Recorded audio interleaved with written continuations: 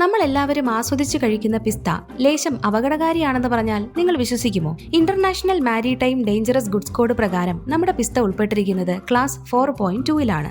അതായത് പാക്ക് ചെയ്ത രൂപത്തിൽ അപകടകരമായ വസ്തുക്കളുടെ സമുദ്ര ഗതാഗതത്തിനുള്ള ഒരു അന്താരാഷ്ട്ര കോഡാണിത്. പിസ്തയുടെ സ്വയം ചൂടാകാനും കത്താനുമുള്ള പ്രവണത തന്നെയാണ് ഇതിന് കാരണം. പിസ്തയിൽ ഏകദേശം 45 മുതൽ 55% വരെ കൊഴുപ്പടങ്ങിയിരിക്കുന്നു. ഒട്ടും തന്നെ ജലാംശവും ഇതിലില്ല. ഈ കൊഴുപ്പുകൾ വായുവുമായുള്ള പ്രതിപ്രവർത്തനത്തിലൂടെ അന്തരീക്ഷത്തിലെ ജലാംശം വലിച്ചെടുത്ത് വിഘടിച്ച് ഫാറ്റി ആസിഡ്സ് ഉണ്ടാകുന്നു. ഈ പ്രവർത്തനത്തെ എൻസൈമാറ്റിക് ഫാറ്റ് ക്ലിവേജ് എന്നാണ് പറയുന്നത്. ഈ കൊഴുപ്പ് വിഘടനത്തിനിടയിൽ കാർബൺ ഡൈ ഓക്സൈഡും ഉൽപ്പാദിപ്പിക്കപ്പെടുന്നു. ഈ പ്രക്രിയ ആവർത്തിച്ചുകൊണ്ടേയിരുന്നാൽ സ്വാഭാവികമായും അവിടെ ചൂടുണ്ടാവുകയും ജ്വലനത്തിന് കാരണമാവുകയും ചെയ്യും. അതുകൊണ്ട് തന്നെ പിസ്തയെ വലിയ അളവിൽ പാക്ക് ചെയ്ത് ഷിപ്പിംഗ് നടത്തുമ്പോൾ അനുകൂല സാഹചര്യങ്ങളിൽ സ്വയം ജ്വലനത്തിനും അതുവഴി അപകടങ്ങൾക്കും കാരണമായേക്കാം. താഴ്ന്ന താപനിലയിലും വരണ്ട അന്തരീക്ഷത്തിലും തടിപ്പട്ടികളിലും മറ്റും മാത്രമേ പിസ്തയുടെ ഷിപ്പിംഗ് നടത്താറുള്ളൂ.